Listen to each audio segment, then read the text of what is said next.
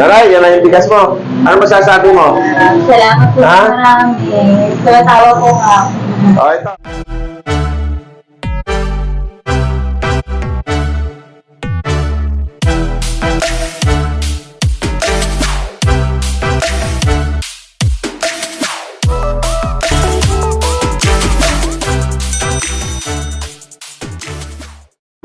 Muli po, isang mapagpalang araw sa ating lahat sa ngalan po ng mga paglingkod Kagawad Edward. Yan. Sa ngalan ng programang Multi-Healing Love and Unity, mayroon po tayo ditong panauhin nang galing pa po sa Baras, Rizal. Yung kanyang anak ay may karamdaman po may hydrocephalus at cerebral palsy. Ayan, bedridden po. Hello anak, hello. Ang pogi pa naman. Sila po ay lumapit sa inyo habang likod para humingi ng kahit konting tulong para man lang sa kanyang mahal na anak. Yan. Kilala mo pala ako? Ha? Oo. Sa pangalan po. Kaya ito po, hindi po tayo namimili ng tutulungan. Anong sinakay niya ate? Tricycle. Yan yung parang Pililya. Ayan, sa Pililya. Ano na kaya, alam nyo, minsan, sa totoo lang ate, ako din naman ay nahihirapan na rin. Kasi syempre, nangangailangan din ako ng perang financial. Dahil ako din ay maraming utang, kaya sa lahat ng aking pinagkakautangan, ipagpatawad po ninyo. Kung minsan nadibili ang aking pagbabayad, dahil ako ay maraming suliranin na dapat tulungan ng ating mga kababayan. Kaya ito, nanay, ito bilang pauna, bigyan ko kayo ng bigas. Ayan.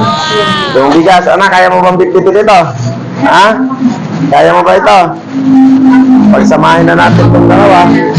Ayan. Pagsamahin na natin ito. Ayan. Bigyan po natin sila ng bigas. At syempre, alam nyo, sa totoo lang, sabi gaya ng sinasabi ko, unang pagtulong bago ang pagsabong.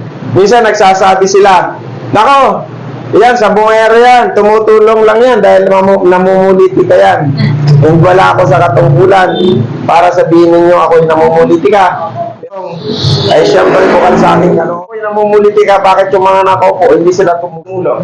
Yun na yung wala kayong magawa at wala kayong masabi sa akin hindi mabuti. Kakapakiusap ko na lang, tumigil na lang po kayo. Kung gusto nyo naman, gusto nyo naman, tularan nyo na lang ang aking gawain. Naninigay po tayo ng libreng gamot. Andyan yung ating mga tungkod, saklay. Mayroon din tayong wheelchair na pinamamahali sa ating mga kabayan. Libre nilang makukuha. Walang requirements. Ang kailangan lamang po, kayo ay nakasubscribe sa ating YouTube channel. Kung pwede, YouTube channel Multi-Healing by Kagawad Edward Love and Unity. At nakapalo sa aking Facebook page, Multi-Healing by Kagawad Edward Love and Unity. At pakikita nyo doon, ang kailangan lamang po, mag-share din kayo ng aking mga ginagawa upang makarating sa iba na may programang pagtulong na kagaya nito na naghihintay ng anumang kapalit. Yan. Daray, yan na yung bigas mo. Ano masasabi mo? Salamat po marami. Tumatawa po nga. O, ito. Yan. Hello. Ito ate, 2,000 yan. Ha? Marami na akong pinapayak dito. Parang ayaw ko na tuloy-tuloy. Lagi na nagugulat sila. Hindi naman ako ganun kayaman at lalo ako'y mahirap lang. Pero hindi po tayo magbigay. No, ate. Yan 2,000 pag namutan ninyo. Ha? Yan.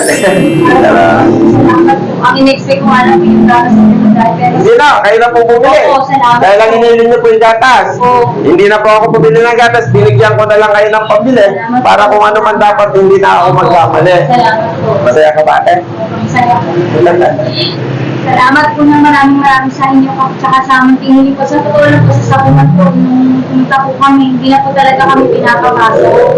Kaso, nakiusap lang po kanataon ng po. Blessing in disguise si Sir Gerald nga po na kasi yung teller po na nagsabi sa akin, nag-refer sa akin sa inyo na ano po ako sa Miss Comfort Room po kasi sabi niya, alam mo ba yung tinginigay ka sabi niya, ano na ako mag-ano sa iyo tapos tinawag niya pa po na Ganun po ba? Kaya kung sino pa man, na tumulong kaya ate, salamat sa'yo. Salamat po. Salamat ka kayo. Masaya ka ba, ate? Po, sobra. Walang nagbibigay ng ganyan. Sa politiko po lalo. Kaya para po ako po, galing din po kasi ako sa pag-ESA counselor ka po. Kaya alam ko po yung siot ng politiko. Ako ate, tumutulong ako, hindi dahil ako namumulitika. Tumutulong ako, dahil nung ako'y nagka-COVID, yung pinangako ko na sa Diyos at sa aking sarili, naubusin ko anong mayroon ako sa pagtulong. hindi sa anumang bagay. Dahil hiniling ko sa Panginoon na ako'y mag-COVID, sana ibigyan pa ako ng panibagong buhay Opo. upang makapaglingkod sa aking mga kababayan, higit sa lahat ng mga tao na nangangailangan. Dahil kung ako'y natuluyan, unang problema ko, yung pamilya ko. Hirap tapos Pangalawa, yung mga tao umaasa sa akin. Kaya sana naman, huwag nyo na kung mayroon kayong hindi magandang sasabihin, ito ng aking mga sinasabi, mag-peace na lang kayo, sarili nyo na lang. Dahil may mga tao kayo nasasaktan, hindi lang ako, kundi yung mga tao na tutulungan ko, na nagsasabi na, si Kagawad, tumutulong na, inaalimutan nyo pa, nililipak nyo pa. Ate, ano pa pangalan mo, ate? Anto po. Antal po, kapag anang yung sumiyot tatlo ng tanay. Tanwat ko pala yun. Tanwat ko po. Oo. Tatlo. Saan po ba kayo sa para? Born and raised po kami ng Pasig. Then, saan po kayo sa... Pililya pa po kami Saan po sa sa, Pililya? Tanay. Pagkatapos na po ng Tanay, Pililya bago Ayan, bago. ang layo po, nagkakila pa sila ng tricycle. Hindi po kasi pwede siya. Ayan. Kaya muli po, sa ngalan po ng inyong paglingkod, sa ngalan ng programa Kunting Hiling, maraming salamat at magandang araw po. Salamat po sa inyo.